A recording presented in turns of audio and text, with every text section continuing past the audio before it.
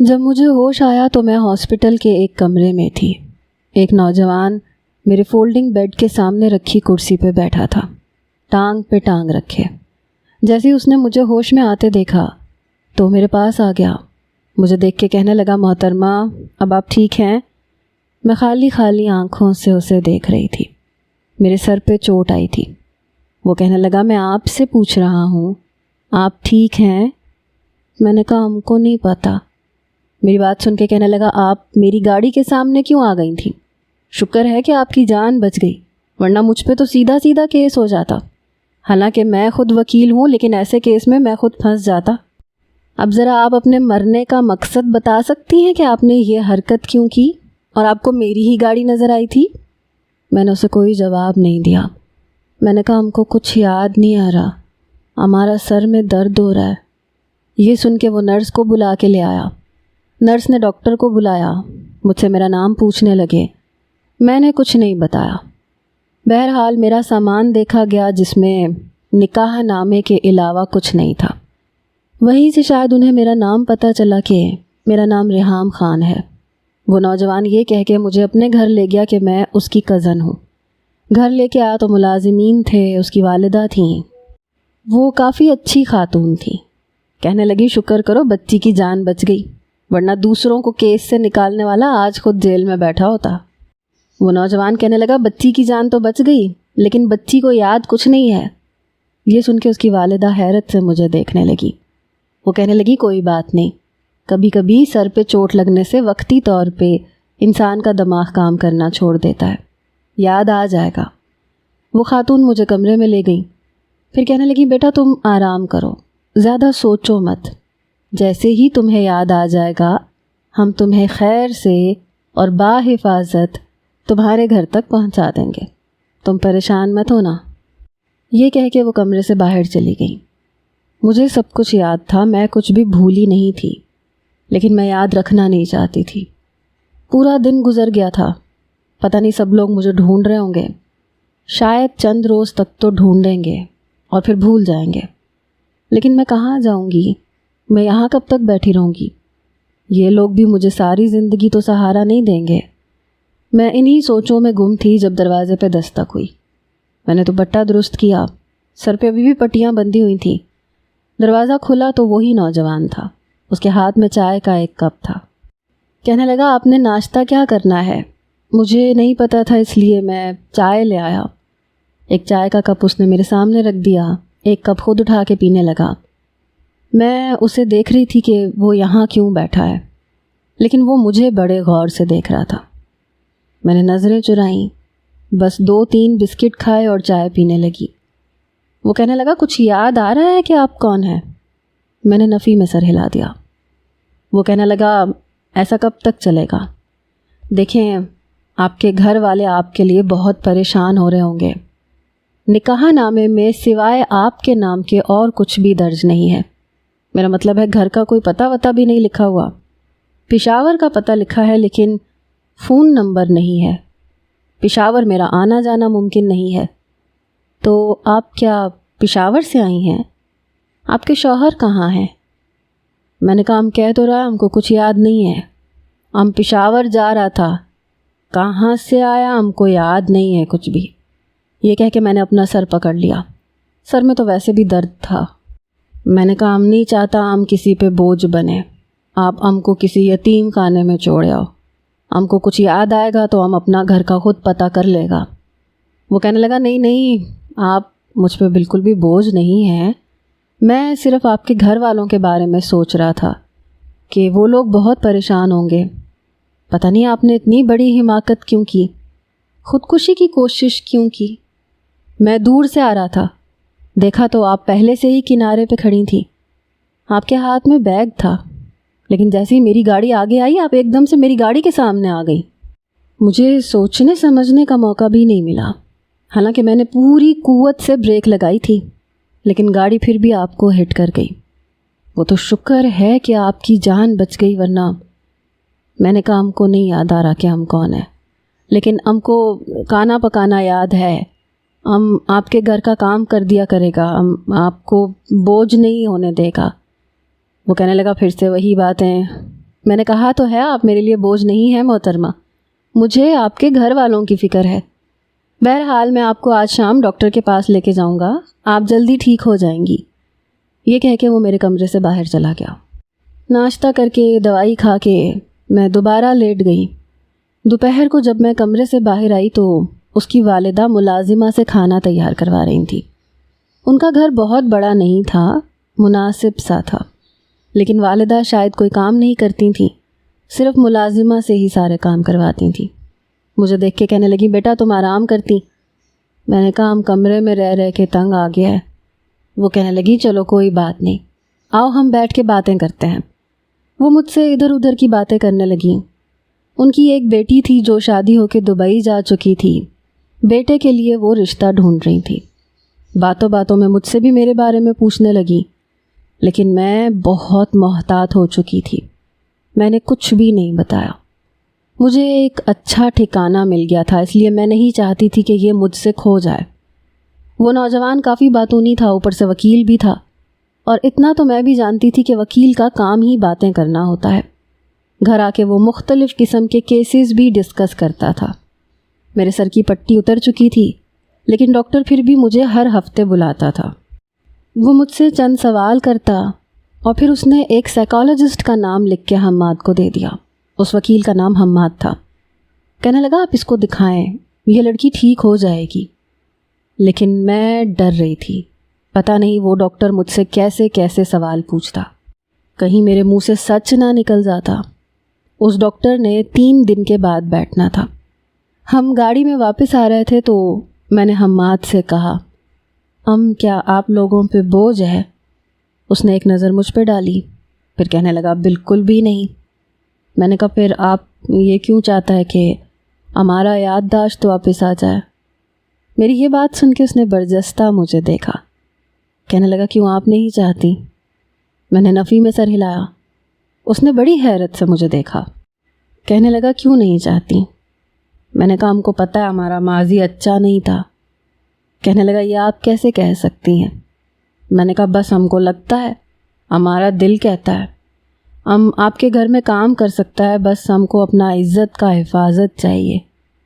میری بات پہ وہ کچھ دیر بڑے غور سے مجھے دیکھتا رہا، پھر مجھے گھر لے آیا۔ اس رات کا کھانا میں نے بنایا، حالانکہ اس کی اماں نے بہت منع کیا، لیکن میرے ہاتھ کا کھانا کھا کے دونوں ہی ماں بیٹا میری تعریف کرنے لگے۔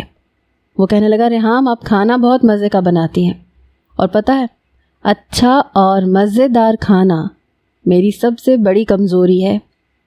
زیادہ تر وقت میرا اس کی اماں کے ساتھ ہی گزرنے لگا۔ ایک بار وہ کہنے لگیں تم بہت خوبصورت ہو، کاش تمہاری شادی نہ ہوئی ہوتی تو میں تمہیں اپنی بہو بنا لیتی، تمہاری آنکھیں بہت خوبصورت ہیں۔ اتفاق تھا کہ وہ وکیل بھی وہیں بیٹھا اپنی فائلوں پہ جھکا ہوا تھا، شاید کوئی کیس پڑھ رہا تھا۔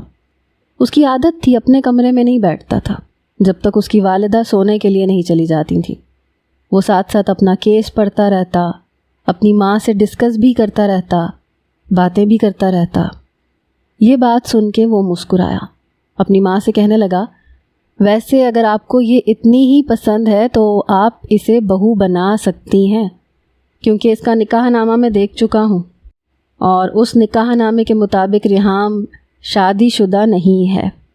اب اس کی زندگی میں کیا ہوا ہے کیا نہیں یہ تو میں نہیں جانتا، بہرحال نکاح نامے کی روح سے یہ کسی کی بھی بیوی نہیں ہے۔ یہ سن کے مجھے جھٹکا لگا تھا، میں پوری کی پوری ہل کے رہ گئی تھی۔